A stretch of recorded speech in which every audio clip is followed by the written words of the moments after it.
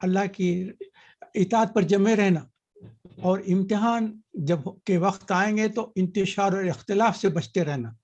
اور first half میں کیا ہے ایکسپلینیشن ہے، سیکنڈ ہاف میں ایکسپیکٹیشن. یہ آخری بات کر دیتا ہوں. اچھا، اس میں جو ہے کچھ چیزیں ہم ڈسکس کرنے والے ہیں. اس میں ہے بی بی مریم کے تعلق سے ہے، عیسیٰ علیہ السلام کے تعلق سے ہے، اور یعقوب علیہ السلام کے تعلق سے ہے، ابراہیم علیہ السلام کے تعلق سے ہے، اور اصل کامیابی کیا ہے وہ بتائے گئی. اور جیسا سورہ بقرہ کے میں کہا تھا کہ آخری آیتیں جو ہے آمن رسول کے جو تھے وہ کتنا امپورٹنس ہے، جو نزول کے لحاظ سے عرشی ہیں، عرش کے تحت سے دیے گئے ہیں. ورنہ ساری آپ قرآن کے دیکھیں تو آیتیں جو ہے مکی اور مدینی رہتے ہیں، اور آمن رسول جو ہے وہ عرشی ہے، وہ عرش کے تحت سے حضور صلی اللہ علیہ وسلم کو معراج میں دی گئی تھی. یہاں سورہ آل عمران کے بھی آخری آیتیں ہیں بہت اہم ہیں. آپ کو معلوم ہے کہ حضور اکرم صلی اللہ علیہ وسلم، حضرت عبداللہ بن عباس رضی اللہ تعالیٰ کہتے ہیں کہ حضور اکرم صلی اللہ علیہ وسلم ایک مرتبہ میں ان کے خالہ تھے میمونہ رضی اللہ تعالیٰ عنہ، جو حضور اکرم صلی اللہ علیہ وسلم کی شریحات تھے، تو وہ اپنے خالہ سے ملنے گیا، کہا کہ آج میں رات میں یہاں آپ کے گھر میں سننا چاہتا ہوں. تو انہوں نے اجازت دی، سو گئے، اور وہ دیکھنا چاہتے تھے کہ رات کیسی گزرتی، حضور اکرم صلی اللہ علیہ وسلم کیا کرتے ہیں. تو وہ اسی گھر میں ٹھہرے رہے، اور دیکھے کہ صبح میں جب حضور اکرم صلی اللہ علیہ وسلم اٹھیں تو اپنی آنکھیں ملیں، اور اس کے بعد سورہ آل عمران کی آخری آیتوں کی جو ہے تلاوت فرمائے. تو حضور اکرم صلی اللہ علیہ وسلم بتاتے ہیں کہ یہ میری عادت ہے، صبح میں جیسے اٹھتا ہوں. تو ہم ایک آج کا لیسن یہ ہے کہ عادت کر لیں، ہم صبح میں اٹھتے ہی قرآن شریف اپنے بیڈ کے قریب رکھ لیں، اور اس کے سورہ آل عمران کی جو آخری آیت ہیں وہاں ایک ترک رکھیں، اور جیسے آپ اٹھیں آنکھیں ملیں، اعوذ باللہ من الشیطان الرجیم، بسم اللہ الرحمن الرحیم، الحمدللہ الذی احیانا بعد ما اماتنا والینا النشور. یہ بھی دعا ہے صبح اٹھنے کی. اس کے بعد ہی فوری کھول کے یہ آیتیں پڑھنا شروع کریں. انشاءاللہ کچھ دن پڑھتے جائیں گے تو آپ کو زبانی یاد ہو جائیں گے، پھر قرآن شریف کھولنے کی ضرورت نہیں. اس میں سب ربنا ربنا ربنا سے کتنے آیت ہیں. اس میں میں تفصیل سے انشاءاللہ بعد میں بیان کر دوں گا جب یہ آیتیں آ جائیں گی. تو اب میں آپ کو کچھ جو ڈسکس کرنا چاہ رہا ہوں، سب سے پہلے بی بی مریم کے تعلق سے. بی بی مریم کے تعلق سے یہ آپ ان کا تھوڑا بیک گراؤنڈ دے دیتا ہوں. عمران اور زکریا علیہ السلام یہ جو ہے بھائی تھے، کزن بردرز تھے، ڈسٹنٹ بردرز تھے. یہ اس کی تفصیلات نہیں، مگر یہ بردرز تھے. اور ان دونوں کی جو وائفس ہیں وہ بھی سسٹرز ہیں. عمران کی بیوی کا نام حنا تھا، اور زکریا علیہ السلام کی بیوی کا نام عائشہ، عیاش، اور کئی نامیں ہیں، مگر اس کو جب چینجز ہوتے گئے ہیں ان کا نام ہے ایلیزابتھ ہے انگریزی لحاظ سے دیکھیں تو، کیونکہ یہ لیٹنائزیشن ہوا ہے، ہیبرو لینگویج سے کئی لینگویجز سے ٹرانسفر ہوا ہے. تو جس میں جیسا یوسف علیہ السلام کو وائی کو جیب کہتے ہیں، یوسف کے بجائے جوزف کہتے ہیں. ہم جو دہی خریدتے ہیں آپ یوگٹ کہتے ہیں، اور آپ جو یورپین مارکیٹ میں جائیں گے تو اس کو جوگٹ کہتے ہیں. تو وائی اور جے، تو ایسی لیٹنائزیشن ہونے سے زکریا علیہ السلام کی بیوی کا نام جو عائشہ یا شاہ تھا، تو اس کو وہ چینج کر کے ایلیزابتھ کر دیں. تو آپ کو معلوم ہونا چاہیے حنا اور ایلیزابتھ دونوں سسٹر تھے، اور ان کی شادی ہوئی ہے عمران اور زکریا علیہ السلام سے. تو عمران کی جو بیگم تھی حنا، وہ دونوں سسٹر تھے، ان کو اولاد نہیں ہوئی، اور دونوں دعائیں کرتے رہتے تھے. مگر اللہ تعالیٰ نے پہلے حنا کی دعا کو قبول کیا، اور اللہ تعالیٰ، اور انہوں نے منت مانگی کہ اللہ تعالیٰ اگر مجھے کوئی اولاد ہوگی تو میں جو ہے ہیکل کے سپرد کر دوں. ہیکل کس کو بولتے ہیں؟ بیت المقدس کو کہتے ہیں، جو بڑی ان کی زیارت گاہ تھی جہاں یہ عبادتیں کرتے تھے. اور اس کی خدمت کے لیے لوگ نامینیٹ کرتے تھے کہ اس کی خدمت میں اس کی کلیننگ کرنا، اس کے لک آفٹر کرنا، اس کا ٹیک کیئر کرنا، کیئر جیسا بولتے ہیں نا ویسا کرنے کے لیے. تو انہوں نے کہا کہ مجھے ایک اولاد عطا فرما، اور میں ہیکل کے سپرد کر دے اس کی خدمت کے لیے. تو اللہ تعالیٰ نے ان کی دعا قبول کی لی.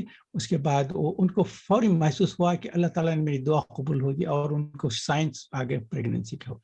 مگر کچھ زمانے کے بعد ان کے شوہر عمران کا انتقال ہو گیا.